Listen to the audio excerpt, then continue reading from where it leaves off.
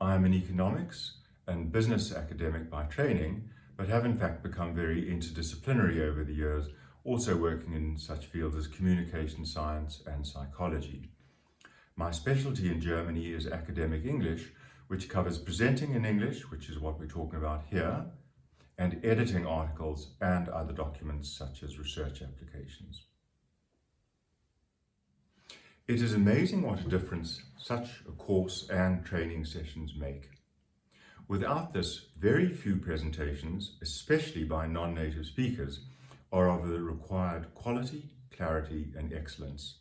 Such problems hinder understanding of the material, and one does not know how much the audience really does follow and understand.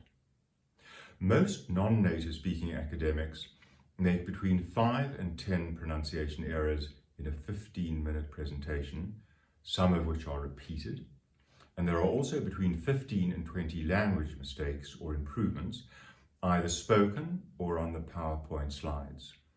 So we are talking about between 1 and 2 errors per minute, which is standard.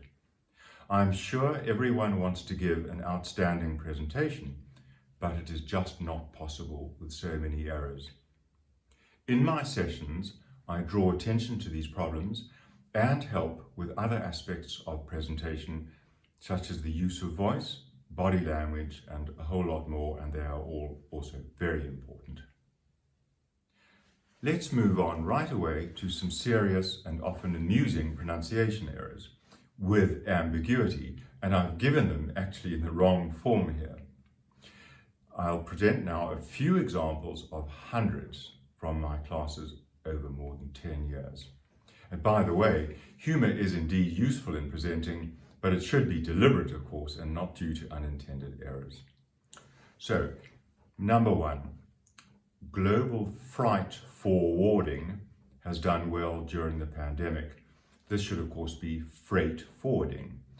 Then there's the shop ratio, which is actually the sharp ratio, which most of you would be familiar with.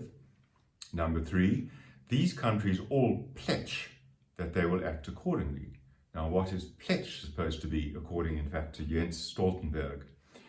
Pledge is pledge. Then there is King's College in Oxford, which is actually King's College in Oxford.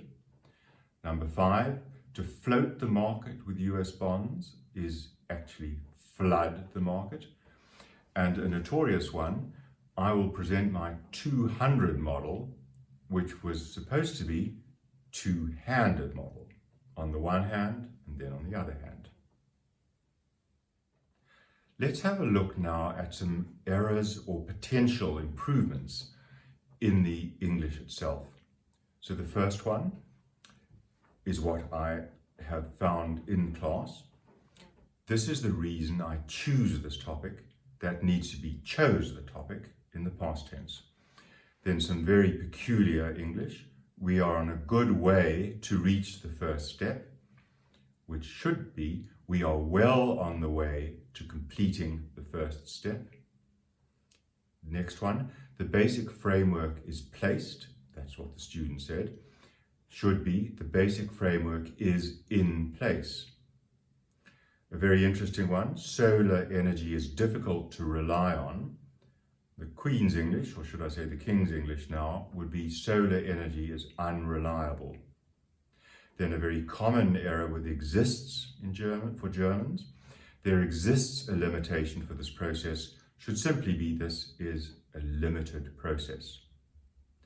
Then one of the most common English errors of all, we need to get this done until 2025. The preposition is wrong, it should be by 2025. Finally, the student said there is nothing to compensate these losses. In English you need the word for, so it would be there is nothing to compensate for these losses.